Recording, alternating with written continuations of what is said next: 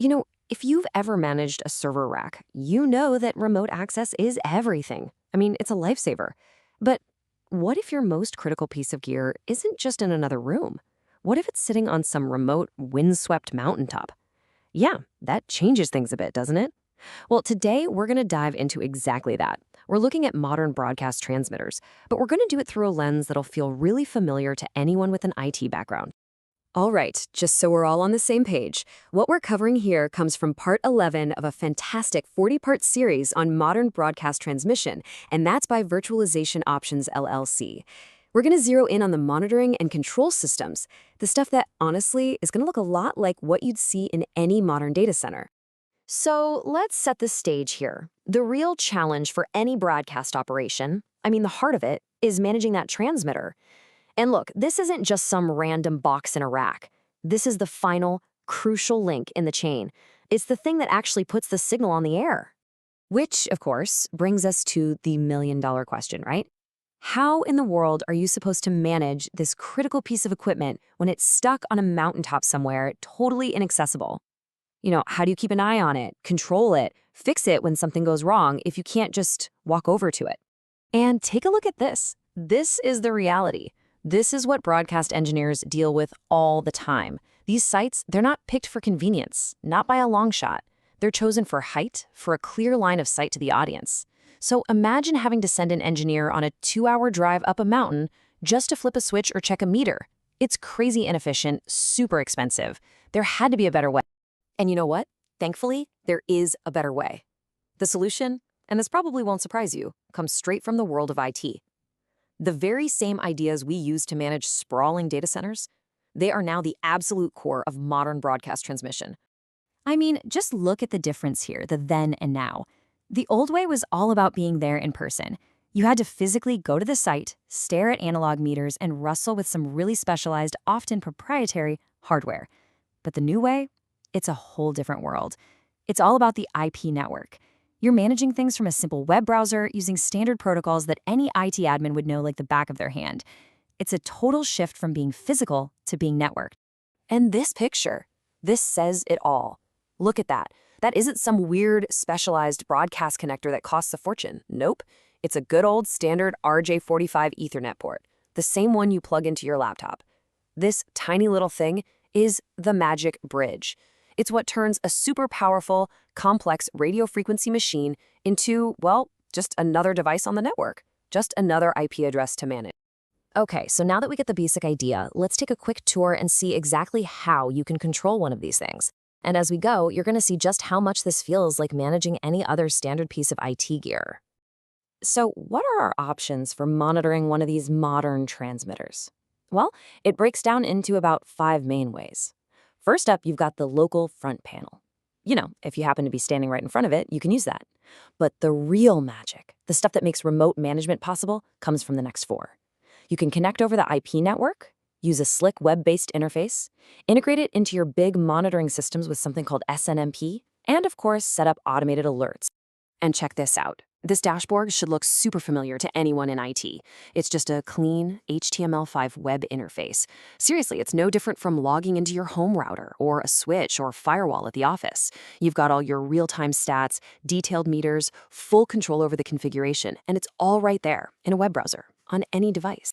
And this is such a big deal. The days of needing some clunky, special Windows-only software or even worse, fighting with Java applets or weird browser plugins, those days are over. Thank goodness. Now, if you've got a modern browser on your phone, your tablet, your laptop, whatever, you have full control. It just rips away all that friction and makes managing this stuff accessible to everyone, anywhere, anytime. Okay, so a web interface is awesome for one-on-one control. But what if you have dozens of devices? How do you see everything at once? Well, that's where SNMP comes into play. For anyone who's worked in IT, you know SNMP. It stands for Simple Network Management Protocol, and it's basically the universal language that all network devices use to talk to each other. It's how your switches, your servers, your firewalls, how they all report their health back to one central dashboard. And this is where things get really powerful. Because these transmitters speak SNMP, you can literally just plug them into whatever network management system you're already using. You use Nagios, Zabbix, SolarWinds, doesn't matter. It just works. And this is huge because it breaks down that old wall between the broadcast guys and the IT guys. All of a sudden, the transmitter's power output is sitting right next to your server's CPU usage on the same screen. It's a unified view. And, of course, it's all secure using the latest version, SNMP v3, with full-on authentication and encryption. Okay, so we've got visibility, we've got control, that's great. But what happens when something actually breaks, especially at 3 a.m.? Well, these modern systems don't just sit around and wait for you to notice something's wrong. They have automated safety nets built right in. And the alerting is smart. It's multi-layered, just like you'd set up for your servers. So maybe a minor issue sends an email to the engineering team's inbox. No big rush. But a critical alarm, like the main power just died, that can fire off an immediate text message right to the on-call engineer's phone. And at the same time, it sends these things called SNMP traps back to the main monitoring system, which can automatically kick off a trouble ticket or an escalation. And here's the bottom line on all this. This automation is all about one thing: rapid response.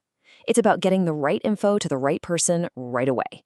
Because every second you shave off the response time is a second you're closer to fixing the problem. And in broadcasting, that's everything. It's the difference between a minor glitch and dead air. You know, that awful moment of silence when the whole audience knows something is very, very wrong. So let's talk about one of the coolest safety nets, audio input failover. The best way to think about this is like having redundant internet connections or a high-availability server cluster. The transmitter is always listening to the main audio feed coming from the studio, but it's also watching it like a hawk. And if that feed suddenly goes quiet or the quality drops, it knows it has to do something, and it has to do it instantly.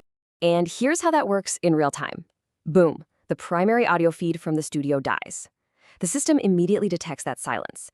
Instantly, it flips over to a backup source. That could be anything, really. A secondary feed, maybe even an audio stream coming over the internet. And the result? The broadcast just keeps on going without a single hiccup. The listener at home has absolutely no idea that anything even happened. Okay, so here's the thing. Anytime you connect a critical piece of infrastructure to a network, you absolutely have to talk about security. It's non-negotiable. Having this transmitter on the network gives us all this amazing control, but it also opens up a whole new can of worms when it comes to risk. And this image is the perfect metaphor for the modern world. You would never leave the gate to your multi-million-dollar transmitter site unlocked, right? Of course not. Well, in the same exact way, you can't leave its network connection wide open. You have to build a strong digital fence around it. The principles are exactly the same. Physical security and cybersecurity are two sides of the same coin now. Now, the good news here is that you don't need to learn a whole new set of rules. The best practices for securing a transmitter are the exact same best practices from any IT Security 101 playbook. We're talking about isolating the network from the public internet, using firewalls and VPNs for secure remote access, enforcing strong password policies, you know the drill. Encrypt everything with HTTPS and use secure SNMP v3. We're not reinventing the wheel here. It's just about applying that good, solid IT security hygiene that we already know to this broadcast equipment. All right, last but not least, let's talk about data. Because these modern transmitters are absolute data-generating beasts. I'm serious. They don't just show you what's happening in this exact moment. They are constantly logging hundreds of different parameters. We're talking temperatures, voltages, power levels, you name it. And they're doing it every few minutes, building up this incredibly rich, detailed history of everything that's ever happened. And that brings us to a really cool, forward-looking question to wrap things up. If we have all this amazing historical data, this constant stream of information, can we do more than just react when something breaks? Could we actually use that data, maybe apply some data analysis, even machine learning, to spot weird trends and predict failures before they happen, to fix a problem before it ever takes the station off the air? Now, that is where this whole world of broadcast and IT convergence is heading. Pretty exciting stuff.